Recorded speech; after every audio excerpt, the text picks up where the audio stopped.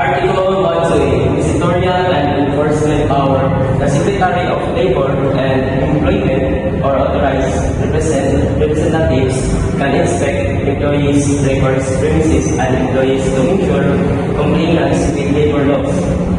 Complainant's orders issued based on the inspection findings appears required cash 30 bond for voluntary work. So it means inspection ng isa ka trabahuan if safety ba ang ilang mga gamit like machineries and etc.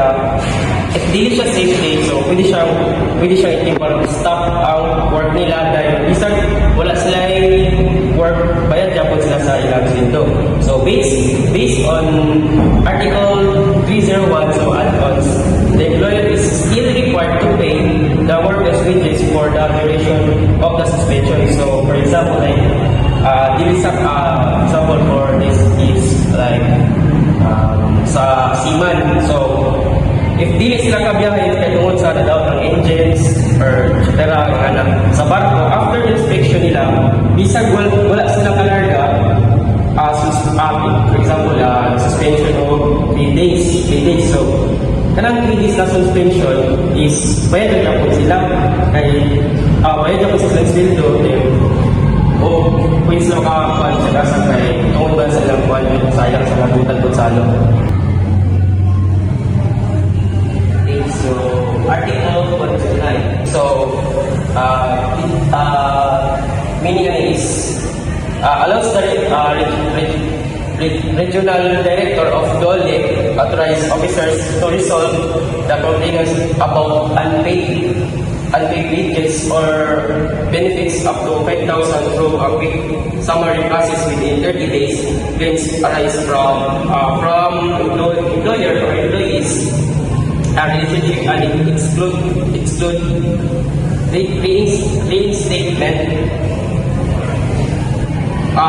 reinstatement requests for recovery amounts are paid to employees or held in the DOLE found in unclaimed after 3 years. So decision can be appealed to the National Labor Relationship Commission or NLRC. So within 5 days, so an NLRC resolves appeals within 10 days. The Secretary of Labor may supervise payment to ensure compliance. So, for example, in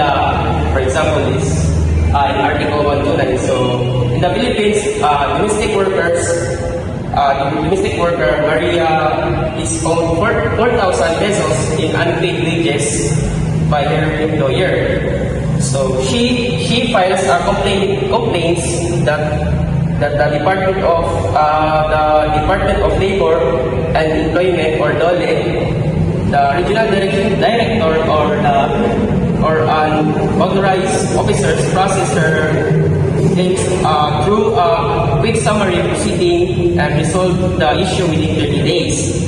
So the own amount is paid directly to Maria if she could not be located after 3 years. So the money would be held in a special decision, special DOLE fund for other workers' benefit if there is employee disagrees with the decision. They can be appealed in the National Labor Relationship Commissions or NLRC. So within 5 days, and the appeal will be resolved within 10 days. So the Secretary of the Labor can supervise payment process to ensure if everything is in order. So that's all.